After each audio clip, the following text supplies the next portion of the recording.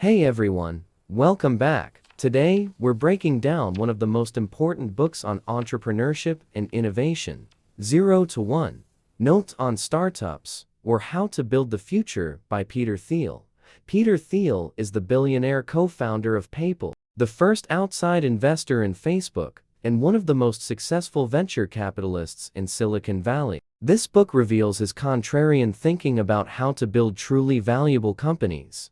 If you're an entrepreneur, startup founder, or anyone who wants to create something genuinely new in this world, this video is essential viewing. The insights in this book have shaped how the most successful tech companies think about innovation and competition. Let's dive in. Before we jump into the concepts, let me give you context on Peter Thiel. He's not your typical Silicon Valley entrepreneur. He's a contrarian thinker who challenges conventional wisdom at every turn. His track record: co-founded PayPal and sold it to eBay for $1.5 billion. First outside investor in Facebook, turned $500,000 into billions. Founded Palantir, a data analytics company worth billions. Runs Founders Fund, backing companies like SpaceX, Airbnb, and LinkedIn. Teaches a course at Stanford that became this book. What makes Thiel unique is he doesn't follow the crowd. While everyone says competition is good, he says it's for losers. While others focus on incremental improvements, he focuses on creating monopolies through innovation. This book is based on his Stanford course on startups, with notes taken by his student Blake Masters. Let's get into the big ideas. 0 to 1 versus 1 to 9. The entire book is built on this fundamental distinction. What does 0 to 1 mean? Going from 0 to 1 means creating something entirely new that has never existed before. This is vertical progress, true innovation. Examples: the first computer, first airplane, internet, Google's search algorithm, iPhone didn't copy anything. They created something from nothing. What does 1 to n mean? Going from 1 to n means copying something that already works and scaling it. This is horizontal progress, globalization. Examples: opening the 10,000th coffee shop, creating another social media platform, like existing on S, manufacturing the same products in different countries, taking a successful business model and replicating. There's Thiel's key insight: technology 0 to 1 creates far more value than globalization 1 to n.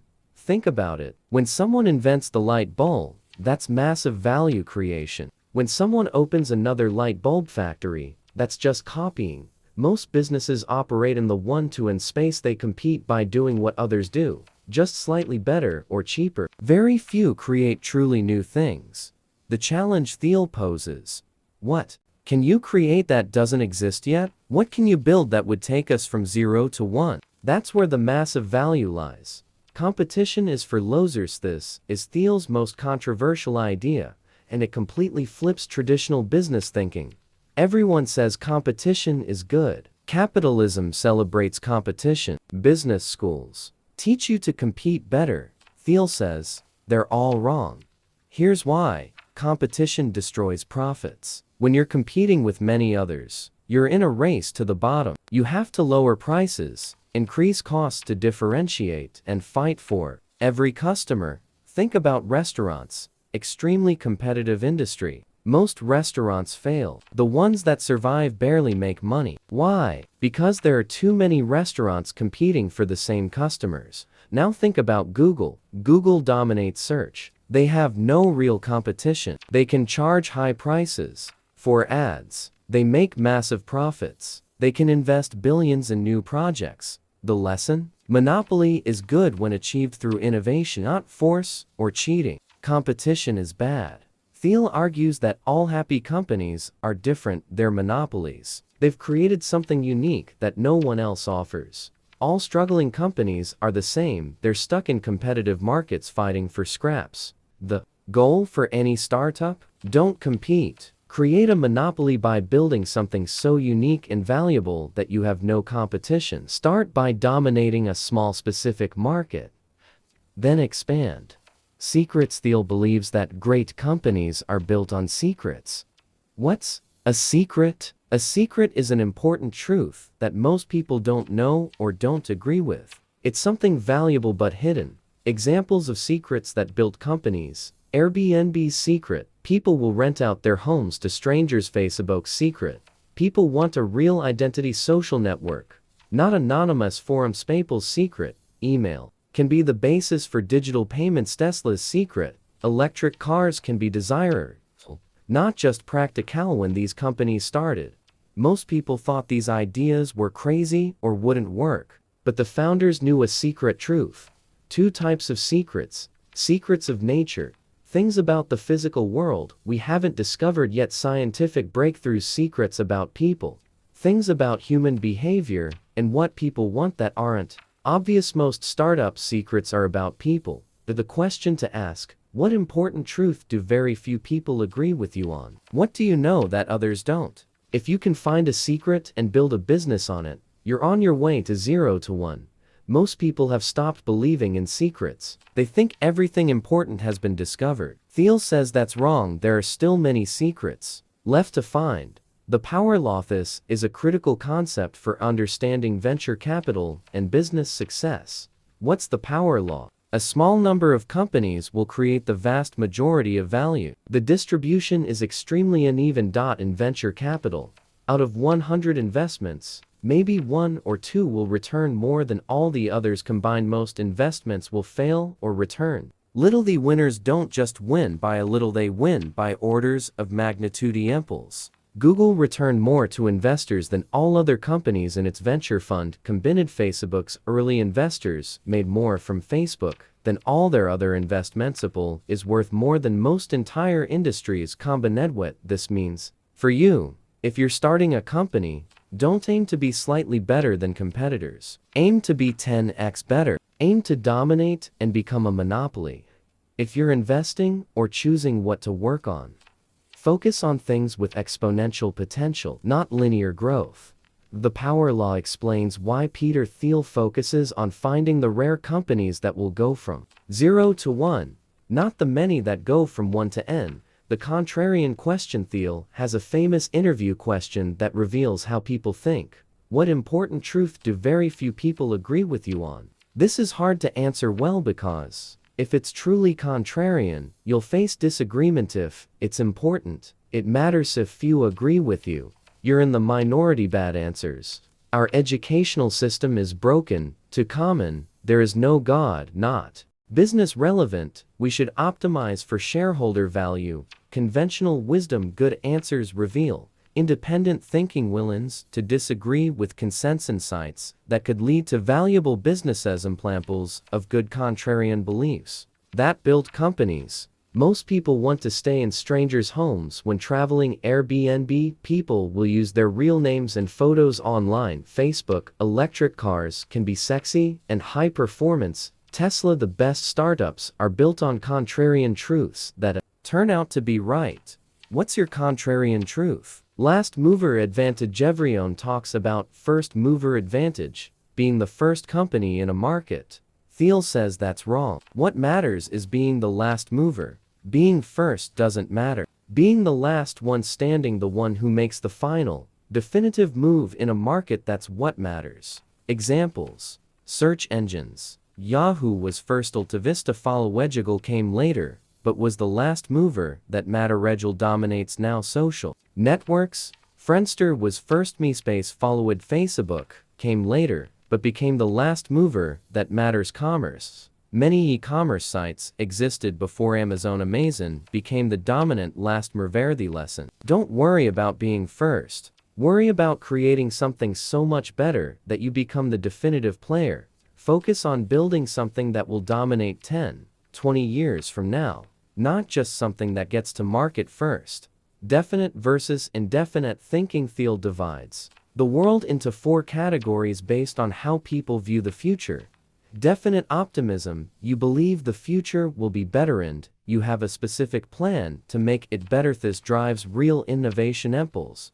1950s America. SpaceX's plan to colonize Mars. Indefinite optimism. You believe the future will be better but you don't know how. You have no plan. This is modern America. People expect things to improve, but don't know how. Results in incremental improvements, not Breakthrough find pessimism.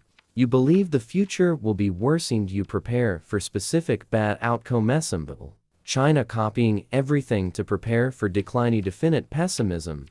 You believe the future will be worse but you don't know how or when, results in paralysis and no action. Thiel's point. We've shifted from definite optimism to indefinite optimism. We expect the future to be better but have no specific vision or plan. This is why we see less bold innovation, more iteration, and incremental improvement dominating over engineering. Finance bets on indefinite futures, less long-term thinking.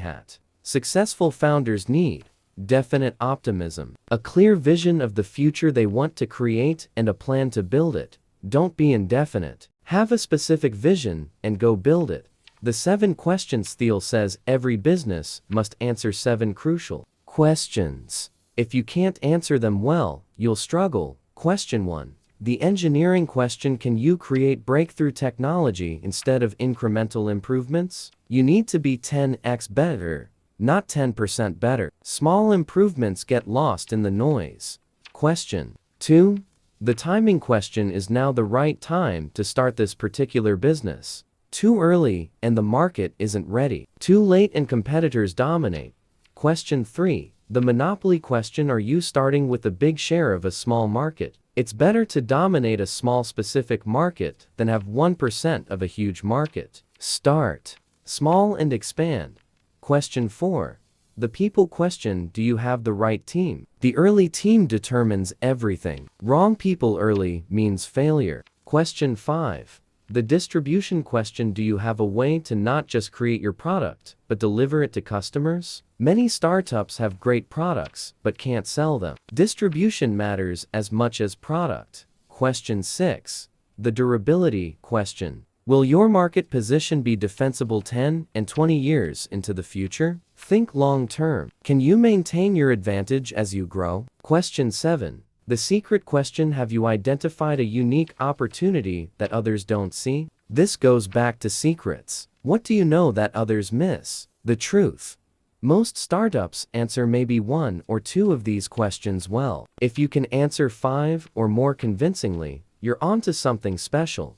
Tesla, for example, answered all 7 when they started. That's extremely rare and explains their success. Foundations matter. Thiel emphasizes that the early decisions you make are crucial and nearly impossible to change later. Key foundation decisions. Choosing co-founders. This is like marriage. Bad co-founder relationships destroy companies. You need aligned vision and complementary skills. Equity distribution.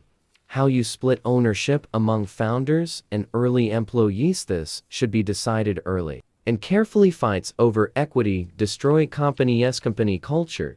The first employees set the culture. Culture is hard to change once established. Hire slowly and carefully at the start. Thiel's advice: take your time with foundation decisions. Once you've started building, it's almost impossible to change the foundation without destroying everything. Bad foundations lead to failure, even with great ideas. Sales and distribution. Engie and technical founders often underestimate sales. Thiel warns against this. The truth about sales: product doesn't sell itself, no matter how good it is. You need distribution. The different sales channels. Complex sales: $1 million plus deals. CEO-led sales to big companies, few customers. High value per customer. Example: Palantir selling to governments. Personal sales: 10K 100K deals. Small sales team: moderate number of customers. Most B2B software companies driven to small businesses. 1K 10K deals. Scalable sales process: many customers inside sales teams. Marketing and advertising: 1K. Mass market products: extremely high volume needed to work. Viral growth: product spreads through user. Each user must bring in multiple new users. Very hard to achieve, but powerful when it works. Mistake: most startups try to use the wrong distribution channel or multiple channels at once. Pick one that fits your product economics and dominate it. If your product costs $1,000, personal sales won't work. If it costs $100,000, viral growth won't work. Match your distribution to your economics. Building a monopoly. Let me summarize Thiel's Framework for building a monopoly. Step 1. Start small, dominate a tiny specific market first. It's better to have 100% of a small market than 1% of a large one. Example, Amazon started with just books, not all e-commerce. Step 2. Scale up. Once you dominate your small market, expand to related markets. Amazon went from books to CDs to all products. Step 3. Don't disrupt. Avoid direct confrontation with competitors. Create something new instead. Step 4. Build for the long term. Think 10 to 20 years out. Make decisions that build durable advantages. Characteristics of monopolies. Proprietary technology, 10x better than alternatives. Network effects. Product gets more valuable as more people use it. Economies of scale. Gets cheaper per unit as you grow. Brand. Strong brand identity that can't be copied. Build these into your company from the start. Final thought. 0-1 is about thinking differently and building the future. The core message: don't copy, don't compete, create something new. Going from 0 to 1, from nothing to something, how real value is created. It's how the future gets built. Key takeaways: create monopolies through innovation, not competition. Find secrets and build businesses on them. Think in terms of definite optimism, have a clear vision, and plan. Start small and dominate, then expand. Focus on the power line for 10x, not 10%. Improvements were the 7 questions every business must answer. Distribution matters as much as product. Build strong foundations early. Our challenge: stop thinking about how to compete in existing markets. Start thinking about what you can create that doesn't exist yet. What's your 0-1 idea? What important truth do you believe that others don't? The future isn't going to build itself. It needs visionaries who think differently and have the courage to create something new. If this video opened your mind to new possibilities, smash that like button and subscribe for more book summaries. Drop a comment with your contrarian belief or 0-1 idea. Now go build the future.